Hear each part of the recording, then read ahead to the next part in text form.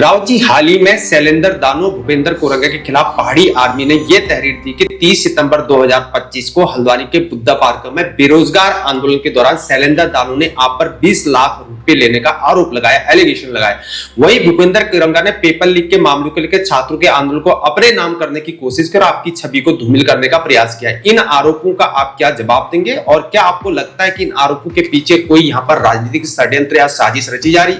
देखो, ये दोनों हमारे छोटे भाई हैं और हमने उंगली पकड़ के इनको उठाया है जी। जिस आंदोलन की वो बात कर रहे हैं 2016 में तो दमुआ ढुंगा मैंने आंदोलन किया और आज दमुआ ढुंगा के 1.5 लाख लोगों को मालिकाना हक मिलने जा रहे हैं। जी बिल्कुल। यानी जमीन का एक छोटा सा टुकड़ा अगर आपको मिल जाए और आपका घर बन जाए तो आपको कितनी खुशी होगी।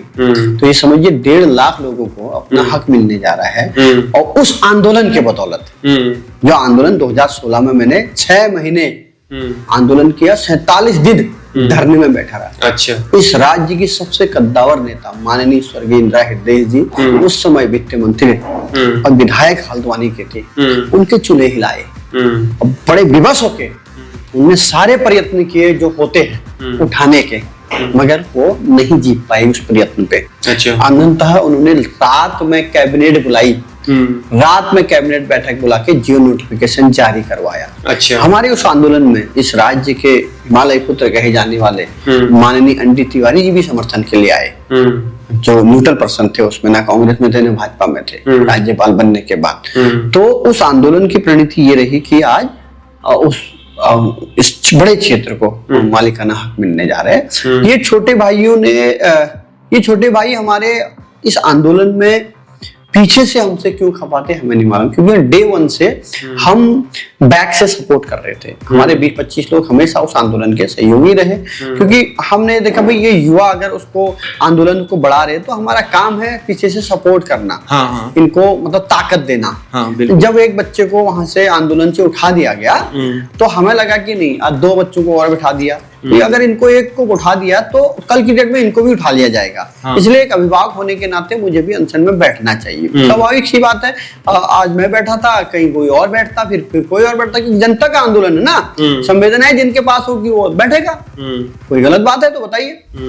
तो अचानक आंदोलन को स्थगित कर देना, और दूसरे दिन जब हम बैठे थे और फिर सिटी मजिस्ट्रेट को हमने ज्ञापन दिया, उसके बाद हमने भी जो है उस स्थगित किया उस आंदोलन को।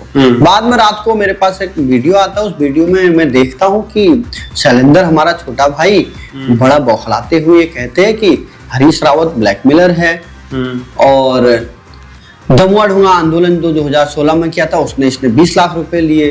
अरे भैया, गरीबों के आंदोलन में वो मेरे साथ बैठे हुए गरीब लोग, SC वर्ग के ज्यादा लोग वहां रहते हैं, वो किस चीज के लिए मुझे 20 लाख रुपए देंगे? किस चीज के लिए देंगे? वो तो ऐसा, उसमें तो मुख्यमंत्री का भी कहीं रोल नहीं था और ना ही किसी को हम डैमेज करने जा रहे थे, हम तो अधिकारों के हक मांग रहे। तो वो छोटे बच्चे पता नहीं किस बहकाव में आए और क्यों वो छोटे भाई मेरे दोनों आंदोलन को स्थगित करना चाह रहे थे। अच्छा। हमें ये भी पता नहीं चल पाया। तो हमने जब बात की तो पता चला कि वो बाद में कहने लगे हमने ऐसे आगोश में कह दिया, ये कह दिया, वो कह दिया। हमारे छोटे भाई है, मैं फिर से उनसे कहना चाहूंगा कि राजनीति एक दिन का खेल नहीं है। अच्छा। राजनीति बहुत बड़ा है। मैं पिछले 20 साल से समाज सेवा करता हूँ। मैं आम आदमी पार्टी का फाउंडर मेंबर रहा हूँ। मैं आम आदमी पार्टी का यूथ विंग का इस प्रदेश का अध्यक्ष रहा हूँ। मैं आम आदमी पार्टी के नैनीताल जिले का अध्यक्ष रहा। उसके बाद 2016-17 में जब आम आदमी पार्टी ने चुनाव नहीं लड़ा तो मैं कांग्रेस में शामिल हुआ। कांग्रेस का मैं यूथ विंग में प्रदेश प्रवक्ता रहा हूँ। जब वहां भी हमें लगा कि यार ये सब पार्टियां एक जैसी है तो हमारे राज्य और हमें पहाड़ के लिए कोई कुछ नहीं कह रहा है, तो कुछ नहीं करने को तैयार है। तब हमने कहा नहीं, हमें अगर अपना समय बर्बाद ही करना है, अपना पैसा बर्बाद ही करना है, क्यों ना अपने लोगों के लिए करें। तो हम अपने लोगों की आवाज उठाने के लिए पहाड़ी आर्मी संगठन खड़ा किया और हम अपनी आवाज उठा रहे हैं। तो इसमें इन बच्चों को अभी ये पता नहीं है कि संघर्ष कितना लंबा और किस तरह से किया जाता है। मुझे ऐसा महसूस होता है पूरा प्रकरण को देख के, जिस तरीके से रात के अंधेरे में भारतीय जनता पार्टी के यहाँ का जिला अध्यक्ष वहां आए, उनका मैंने विरोध किया, फिर गए वो, फिर दोबारा इन्होंने बुलाए और दूसरे दिन फिर रात के अंधेरे में दर्जा राज्य मंत्री जो मुख्यमंत्री के बिल्कुल करीबी माने जाते हैं, शंकर कोरंगा जी, वो यहाँ वहां आते हैं धरने स्थल में रात के अंधेरे में, पता नहीं क्या गुडरगो करते हैं, वो फिर चले जाते हैं।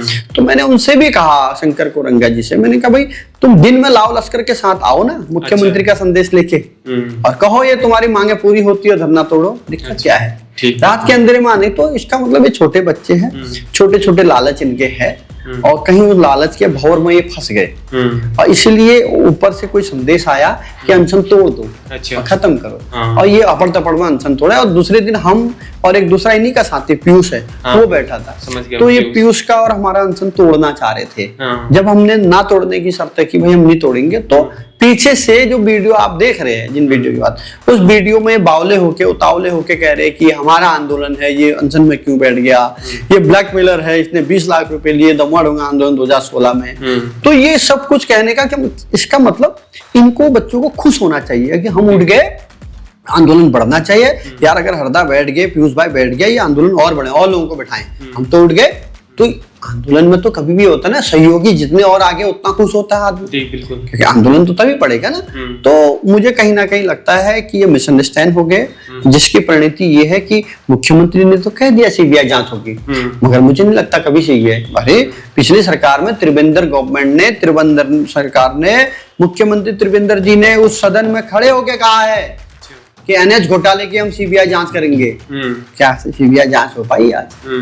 कई बार मांग हो रही है, क्या कहते हैं गणेश जोशी जी, आय से अधिक संपत्ति उनके पास है, सीबीआई जांच की मांग कोई कर रहा है क्या?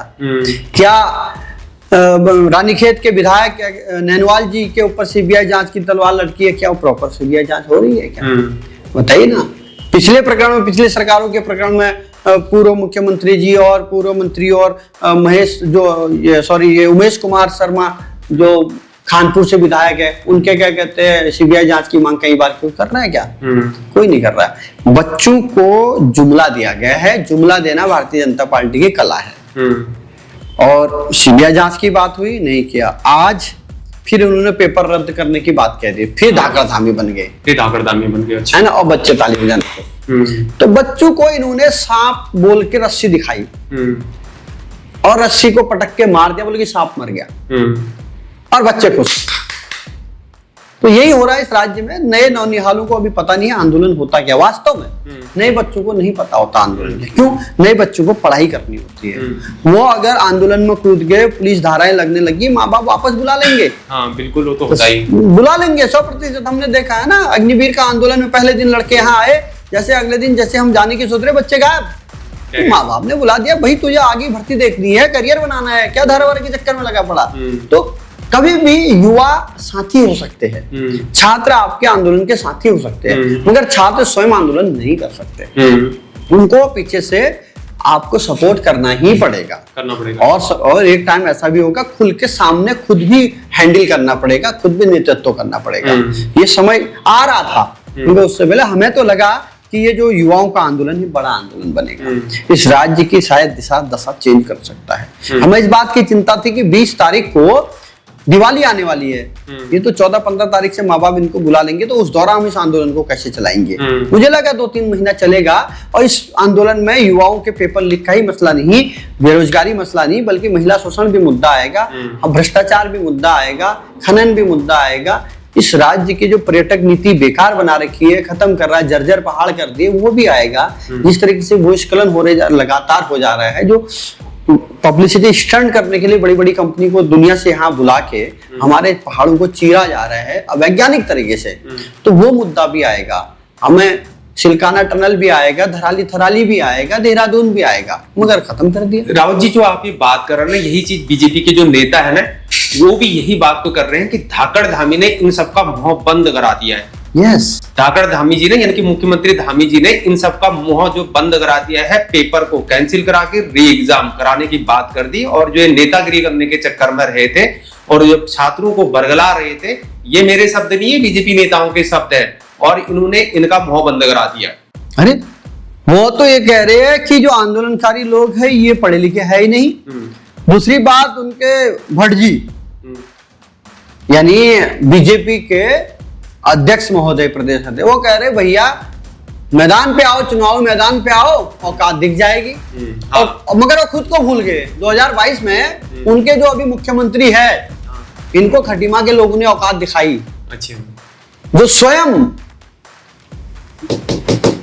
रुद्रप्रयाग के लोगों ने उसको क्या कहते हैं, उनकी औकात दिखाई 2022 में, बुरी तरह हारे। और ये हमसे कह रहे औकात दिखाई। और हम तो इनको चैलेंज करते, बताओ कहां से चुनाव लड़ोगे। भाजपा के संगठन के रहमो कर्मों पे पल रहे हैं आप सांसद बने हो राज्यसभा के, आप दोबारा अध्यक्ष आपको बनाया गया क्योंकि तुम पागलों की तरफ भाषणबाजी का बयान देते हो और उलट पुलट करते हो, इधर की बातें उधर। यानी मुद्दा खुद चलेगा, हम कहेंगे आगरा की, ये कहेंगे घाघरा की, हम कहेंगे नेपाल की, ये कहेंगे चाइना की। तो इस तरीके के बयान करके आप विमर्श चेंज करना जानते हो इस राज्य के। तो कभी हमें सड़क छाप कह देते हो आप, कभी आप हमें माओवादी कह देते हो, और कभी हमें औकात दिखाने की बात कर रहे हो। तो हम तुमसे कह रहे हैं तुम्हारी औकात तो जनता ने पहले औकात तुम्हें दिखा दी है, आगे भी औकात देखना चाहते हो खुद, तो बताइए कहां से चुनाव लड़ना चाह रहे हो। हम वही से चुनाव लड़ेंगे, अपने लोगों को लड़ाएंगे, जनता खुद ही चुनाव देख देगी। अरे यार, पूरे राज्य के लोग, जनता धरने में बैठ रही है, उपनल कर्मचारी, मतलब इन्होंने एक नया ट्रेंड कर दिया। अभी आपको बताओ, बड़ा इंटरेस्टिंग सब्जेक्ट है। नौकरी गवर्नमेंट का काम है विज्ञप्ति करना, बच्चों का काम पढ़ाई लिखाई करके उसको फाइट करना और निकालना। और बच्चे फाइट करते दिन रात मेहनत करके, और ये फिर एक इवेंट ऑर्गेनाइज कर रहे हैं, मुख्यमंत्री जी उनको सर्टिफिकेट दे रहे हैं, नौकरी तुम्हें मिल गया। अरे तुमने अपने घर से नौकरी दे रखी क्या? ये वाला आपने गाय बांधने की नौकरी दे रखी है उनको? ये वाला तो पर्सनल सेंटर से ही चल रहा। नहीं, क्या मतलब है? क्या उन बच्चों की मेहनत को नकार रहे हो आप? क्या बगैर एग्जाम क्वालिफाइड किए उनको नौकरी दे रहे हो, जो सर्टिफिकेट बांट रहे हो कोई एनजीओ के टाइप का?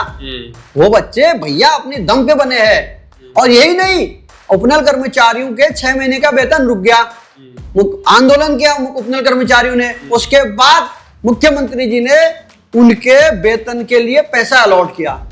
तो विधानसभा कारादूंगी के विधायक, सबसे वरिष्ठ विधायक माननीय बंशीधर भगत जी, धामी जी के पास जाते हैं बधाई देने के लिए, धन्यवाद करने के लिए, क्योंकि आपने उपनल के पैसा रिलीज कर दिया। क्या मजाक कर रहे हो यार?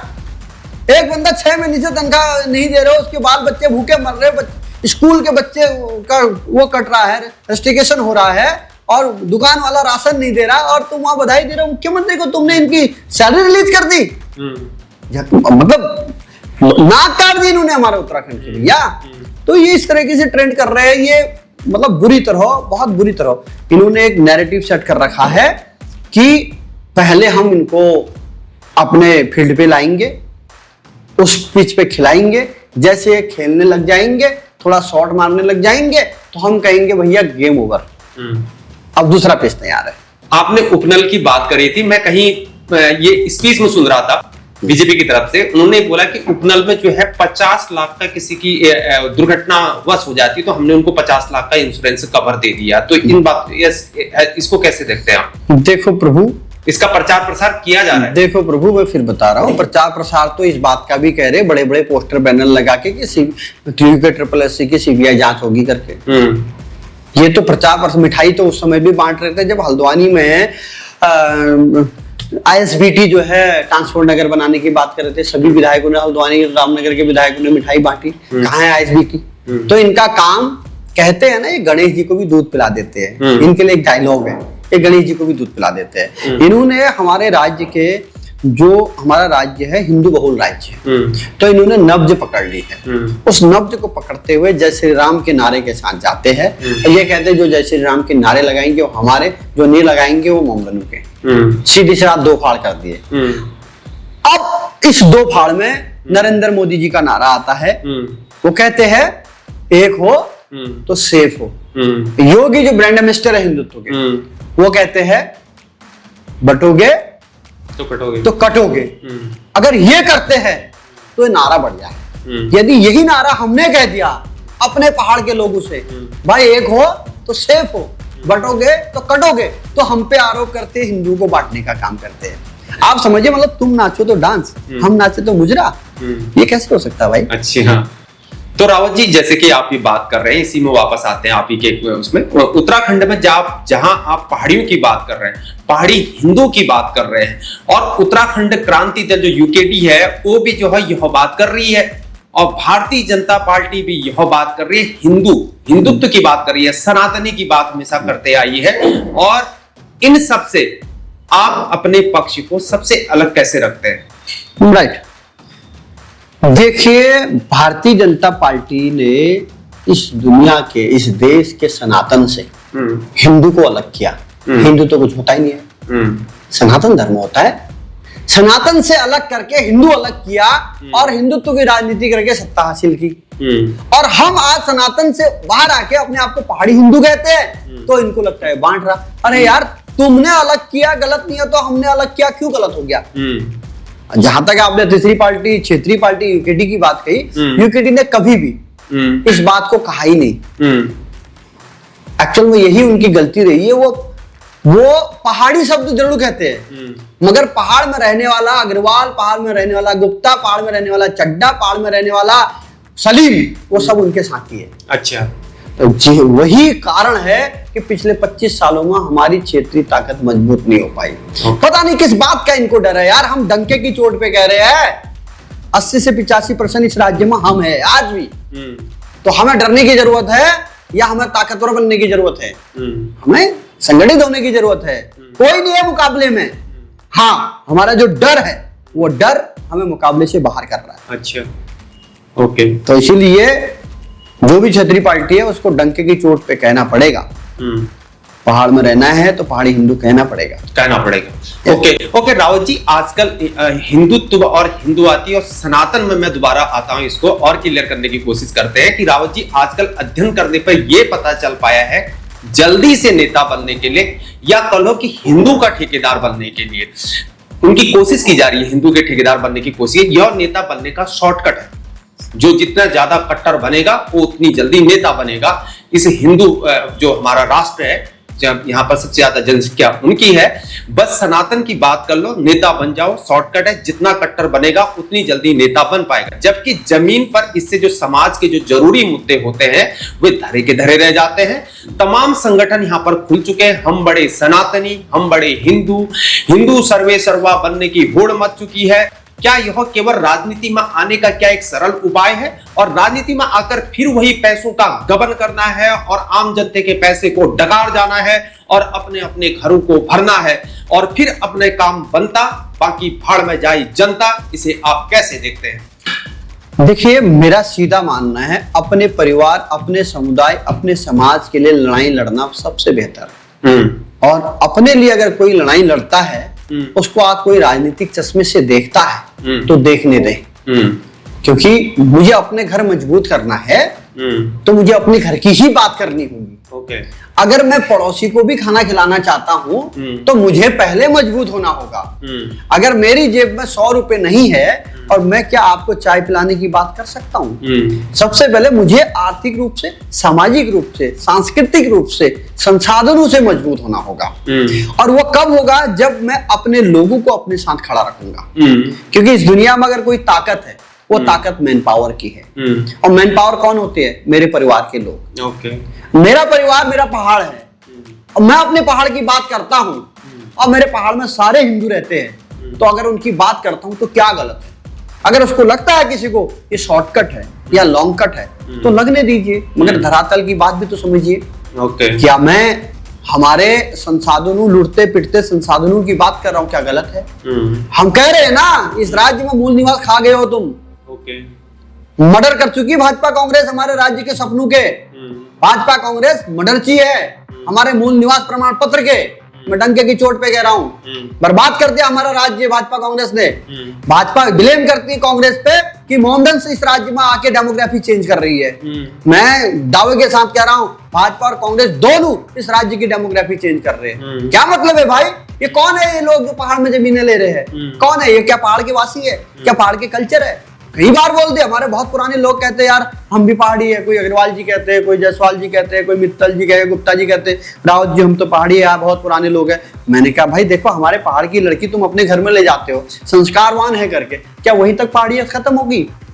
जब हमारे तीज त्योहारों की बात आती है, जब हमारे संस्कृति की बात आती है, तो उस समय तुम्हारा पहाड़ीपन क्यों नहीं दिखता है? यदि आप वास्तव में इस राज्य में रह रहे हैं तो यही के तो पालन करोगे। हमारा स्पष्ट संदेश है। देखो, हमारे भाई लोग दुनिया के हर कोने में जॉब कर रहे हैं और हर राज्य के कर रहे हैं। भारत का संविधान ये आपको अधिकार देता है, कोई भी कहीं रह सकता है, कोई कहीं भी जॉब कर सकता है, मगर इस राज्य में भी रहिए, जॉब करिए, कारोबार करिए, खाना खाइए, शादी करिए, पर हमारे संसाधनों पे आप छेड़छाड़ नहीं करोगे, हमारे माँ बहनों पे गलत आप आंख नहीं दिखाओगे, हमारे संस्कृति पे आप अतिक्रमण नहीं करोगे। अगर ऐसा करोगे, सावधान हो जाइए, हम खदेड़ेंगे इस राज्य से।